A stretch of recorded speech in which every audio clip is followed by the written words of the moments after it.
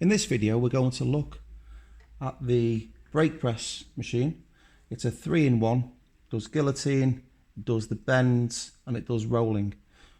We're going to focus today on just the cutting with the guillotine. The guillotine works on shear force, so this blade comes downwards by rotating the lever anti-clockwise.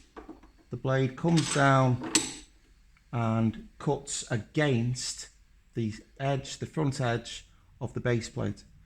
So like a pair of scissors, the two blades come down towards each other and they slide past each other, and that's what does the cut.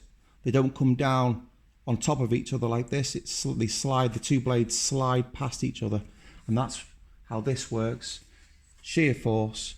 So what we're going to look at is using the template for the two ends of our toolbox project. So the template, you will clamp your template to your aluminium sheet. The aluminium sheet isn't a square, it's a rectangle. Therefore, the template will overhang if you haven't turned the aluminium the correct way around. So you place the template on top of the aluminium sheet, you clamp, then you get your engineer's scriber around the outside of the template and scribe all of the grooves of the template. You will then swap the engineer's scriber for the centre punch. Centre punch being a bit more chunky than the scriber and less sharp. So with the centre punch, you will hit the top of the centre punch, carefully not to hit your fingers, and the centre punch will create little dents inside of each of the holes around the edge of your template. After you've done all the marking out, the next step will be to use the guillotine on the brake press, the guillotine function, to cut out around the edge of your aluminium. So I've marked around the template with a blue Sharpie so that it can be highlighted better on the video. Yours won't be blue, yours will just have a shiny scratch where the contrast from the scriber has made against the dull original surface finish. So the first thing I'll do is I'm going to guillotine across, all the way across there on all four corners. So pull the guillotine handle down towards the floor anti-clockwise, firmly holding the aluminium against the base plate of the brake press. One cut. So I'm just removing 4 triangles at the moment.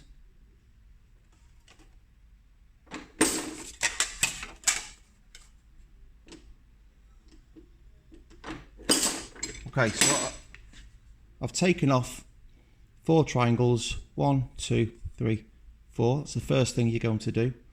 Well, then step 2 with shaping the aluminium is to remove 1, 2, 3, 4, these 4 little sections here. To do that, you can use either end of the guillotine blade. So I'll use the left side first, or the left end first, and as I pull the handle down here, it just cuts up to here. So I'm just using the end. I'll do each of the 3. So I was only doing one side of this little recessed part. So I've done down here, down here, down here, down here. I'll then take this back to my table, get the hammer and just do a few light taps on the reverse on the reverse side of those cuts. You can then bring this back to the guillotine, use the opposite side of the blade to cut the line up to those little lines that you've just hammered, that you've just used the hammer to flatten down. So once you've done that, you'll be left with this shape, which if you get the template now, you can place the template over your shape that you've just cut out to be able to check the quality. So you can do some quality control by checking the template up against your shape to make sure it is spot on.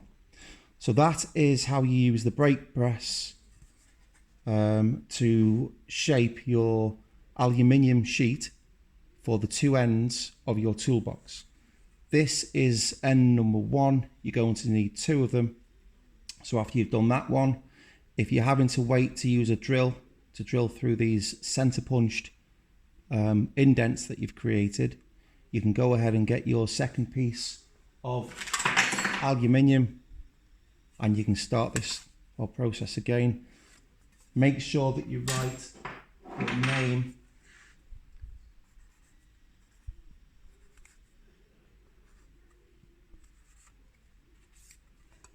on your aluminium.